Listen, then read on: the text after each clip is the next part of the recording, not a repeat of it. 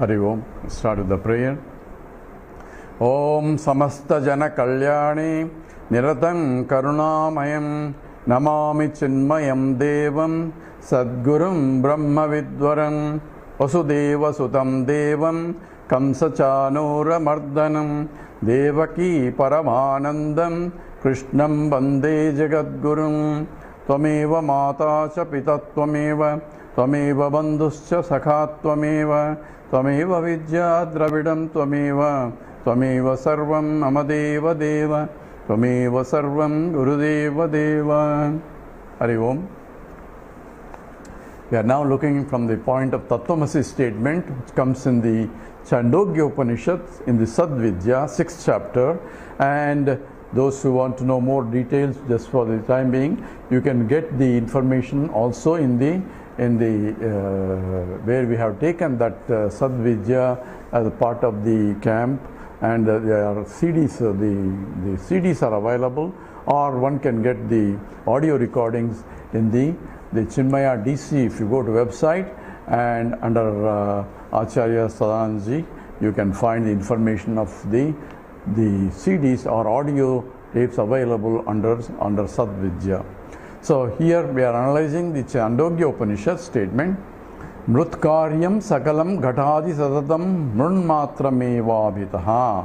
So this is the essence. This sloka that we chanted last time is essentially talking about the whole Chandogya Upanishad condensed, 6th chapter condensed in this sloka here. So I was talking about in terms of 3 examples that Uddalaka gives to his son Swetaketu, student son Swetaketu. Says Yatha Saumya Ekena Lohamanina Sarvam Lohamayam Vigyata Vacharambanam Vikaro Namadeyam Nutik the Lohamicheva Satyam. What is the Satyam? Satyam is that which remains the same, which cannot be negated or dismissed when ring becomes a bangle and a bangle becomes a necklace, is the Lohamicheva. Only gold alone is real and not the names and forms. Therefore, they are not real, but they are not unreal also, because they are being unreal cannot be utilized. Therefore, they are transactionally real, but not absolutely real. And that's what Advaita Vedanta calls it the word Mithya. What the scripture is saying, in fact, is the proof for Mithya directly, because that's how, because it's a Upadana Karanam. It is a material cause. We're not talking about the goldsmith here. Goldsmith is the Nimitta Karanam, whereas the gold is the material cause, and we are talking about material cause transforming a transformationless transformation, where it appears to be many, at the same time it's not. So that's exactly the Krishna says in the Bhagavad Gita, Maya tadamidam sarvam jagadavyaktamurtina mastani sarva bhutani ajaham tesha avastitaha. So I am Maya tadamidam sarvam jagadavyaktamurtina. I pervade this entire universe in unmanifested form. And Mastani Sarva Bhutani, all beings are in me. Bhutani also, Panchabhutas also are in me. And therefore, everything that is created is in me. And it says Mastani Sarva Bhutani. It says Nachaham Teshu Avastitaha. So also says, but yet I am unaffected by whatever the conditions of each being also. So gold is unaffected whether the ring is distorted or ring is smaller size or ring is a bigger size. All attributive contents or distortion of the attributes of the ring does not affect the gold at all. Gold still remains as a gold. Ring may get distorted, ring may be banged, and all other modifications at the superficial does not affect me. Mastani sarva bhutani nacha aham teshu avastitaha. Teshu avastitaha, in their avastas, their states, they may be going to waking state, into dream state, into deep sleep state, and suffering here, suffering there, all their problems of birth, death, everything else. do not belong to me. I am eternally that pervades everything but unaffected by whatever is happening in the, because they are only nama rupa. There is no substantive of that. It's only name and a form only. Form changes, attributes changes, along with that name also changes. But attributeless is the essence that doesn't change. Therefore I am unaffected. Therefore, Krishna, after making the statement, Maya tadamidam sarvam jagad avyakta murtina mastani sarva bhutani nacha aham teshu avasthitaha, then immediately says, nacha mastani bhutani pashyam me yoga vaishwaram. Says, oh Arjuna, says, even though all beings, just now he said all beings are in me, but the fact of the matter is, there is nacha mastani bhutani, there is no beings in me. Gold will say all ornaments are me, but there is really no ornaments. I am pure gold only. You are only calling me in this form as ring, and in that form, what is there? Only me only. But therefore, in reality, from the realistic point, there is no ornaments in me. I can say that using the ring as a ring and transacting as a ring, still say there is no really ring there. What is there is only gold only. That's why it is valuable, and the cost of the ring depends upon how much gold is there, not how big is the ring or how big or small is the ring. All that are superficial attributes do not belong to the essence, because it is a material cause. So Advaitins as well as Visishtadvaitins subscribe what the scripture is saying, because in the Chandogya itself is going to say that that essence is the one that became many. So it's the material cause for the whole universe itself. And that's what is essentially. The second example that is given in the Chandogya by Uddalaka is essentially Yada saumya ekena mrutpindena sarvam runmayam vignata vacharambanam vikaro namadeyam mrutyikicheva satyam. And yada saumya ekena nakha nikruntanena sarvam kashnaya samvignata vacharambanam vikaro namadeyam. The kashnaya sameva vicheva satyameva. So here three examples are given, and the second example, and that's what is taken here in this sloka, is that from the same clay, that which is all different types of varieties of pots are formed or vessels of form, it is nothing but the mud only or clay only in varieties of names and forms. It's only just modification, as though clay remains as a clay but still appearing as many. Therefore, vacharambanam vikaro namadeyam. Whole creation of all these pots are nothing but clay only in different varieties of form. And that's what the example here. Mrut karyam. Karyam is a product, and mrut is the cause here. The products of the clay only. Sakalam gata disatatam. All gata, all pots are nothing but mrut karyam. It is the karanam is mrut. Karyam is a product. This is a upadana karanam. It is a material cause. In the case of creation, material cause and the intelligent cause are one and the same. We don't have two different causes, unlike in the case of either the pot maker is different from a clay, and the goldsmith is different from the gold. In all those, the nimitta karanam, the pot maker or the goldsmith, is different from the gold or the clay, the upadana karanam. So the difference is there because all are within the transactional world, but absolutely from the point of the totality, there cannot be different from the nimitta and upadana. If it is there, then how did the material come into picture? Oh, God decided to create the whole universe. He started first day, second day, third day. If you go along that, how did he create the material? Where did he get the material? This question is raised by a Vedantin. And Hinduism, the Vedanta has to answer that question. It doesn't say it's a blasphemy. You should not ask that question. God created, because he is a God, he is powerful, he can do whatever he wants. You cannot ask that question.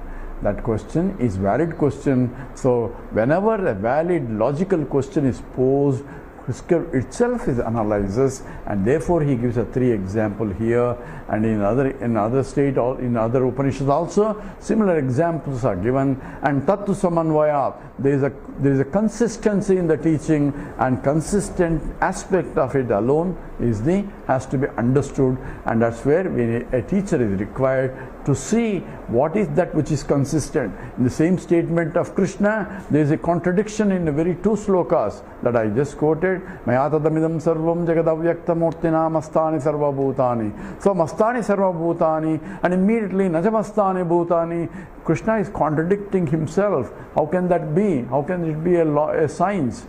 That has to be understood through a teacher. He says it's not a contradiction, it's only from 2 different states. From the state of transactional reality, there is only change, as though ornaments are becoming from the gold. Gold is transforming into ornaments, but from the point of absolute, there is no real transformation. It is transformationless transformation. Gold still remains as gold only. So, najamastani bhutani pashyam me yoga vaishwaram. Look at my glory, Arjuna. So gold cannot say, look at my beauty, my glory. I can become many ornaments, yet I am not becoming any ornaments. So these 2 statements are valid from 2 different states. To understand that only, tad vijnanartam sa gurumeva avigachet. You have to approach a teacher who himself understood this by approaching his teacher.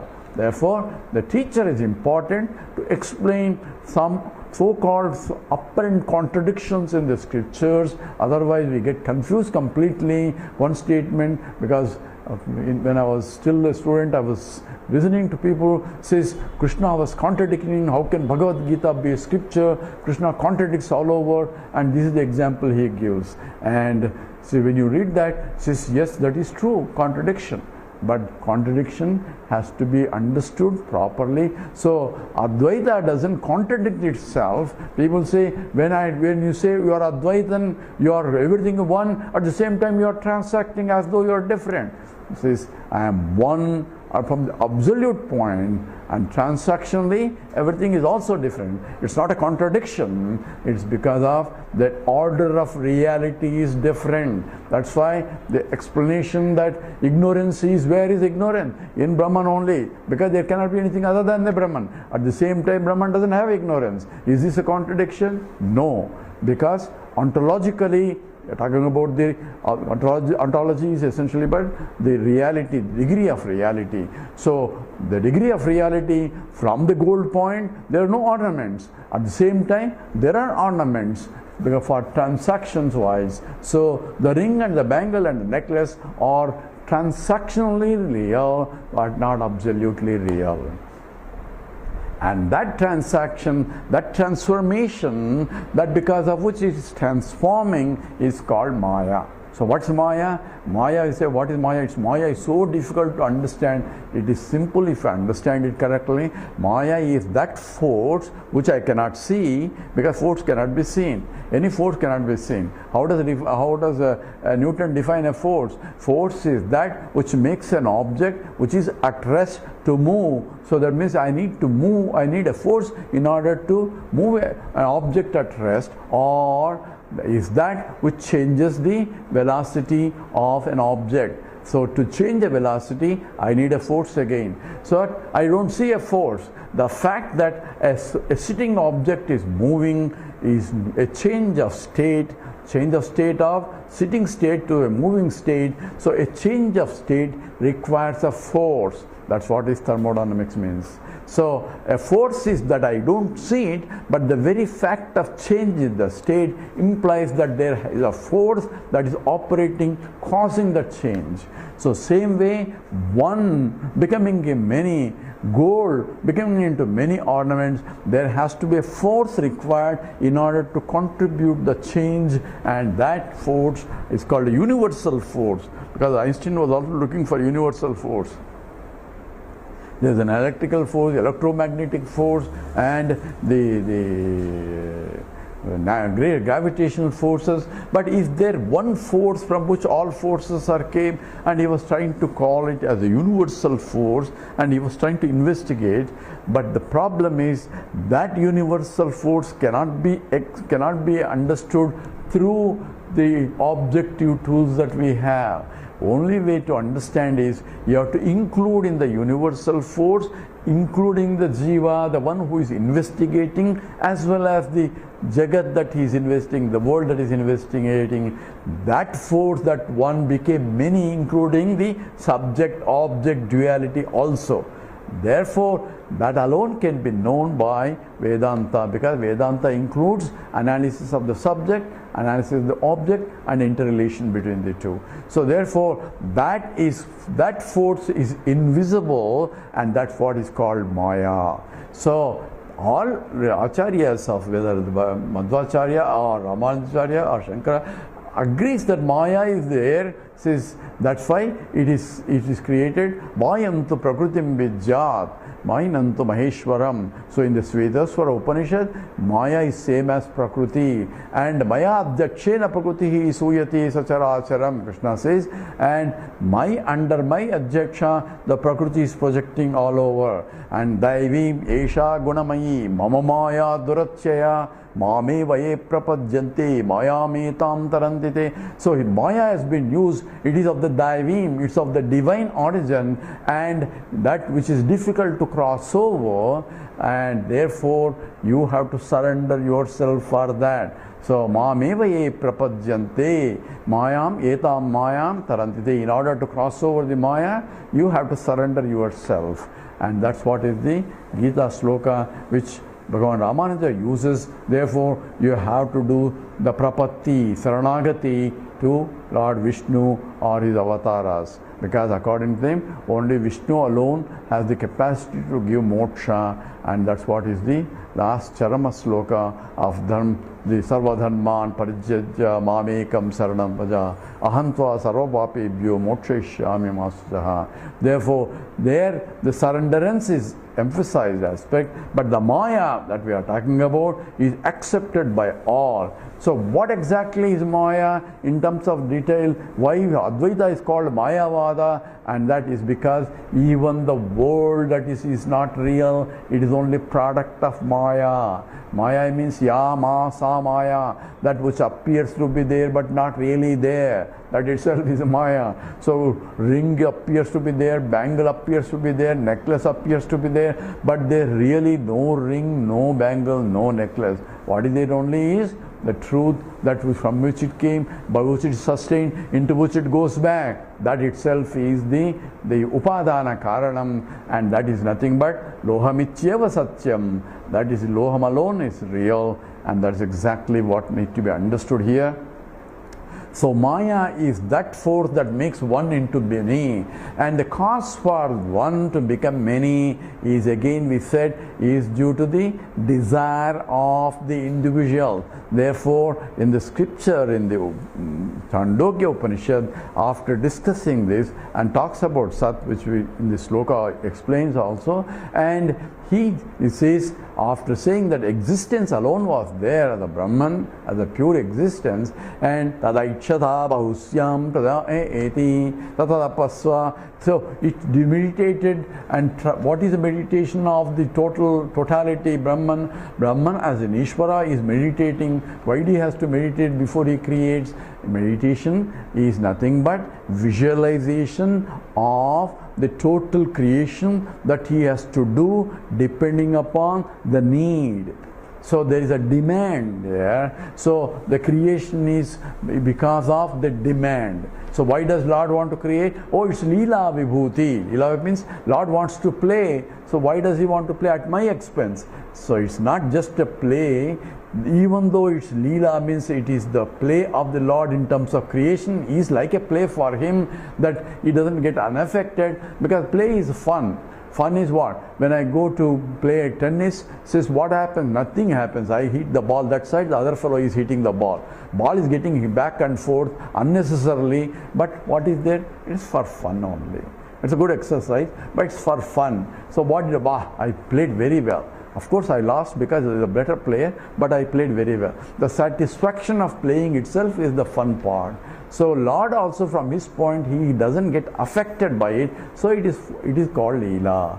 But from the point of Jiva, it doesn't look like a Leela because he is undergoing the suffering. So this so-called Maya and all that has to be understood, because there is a demand by the Jivas that I want this, I don't like it. So Raga Dveshas are there. So when did the Raga Dveshas came from the previous cycle of birth and the previous creation. How did the previous creation Raga Dvesh came? Because of the previous to previous. So when is the first one? There is no first one, because this is the continuous cycle. It's a beginningless cycle, because cycle means a continuity and there is no beginning for the cycle.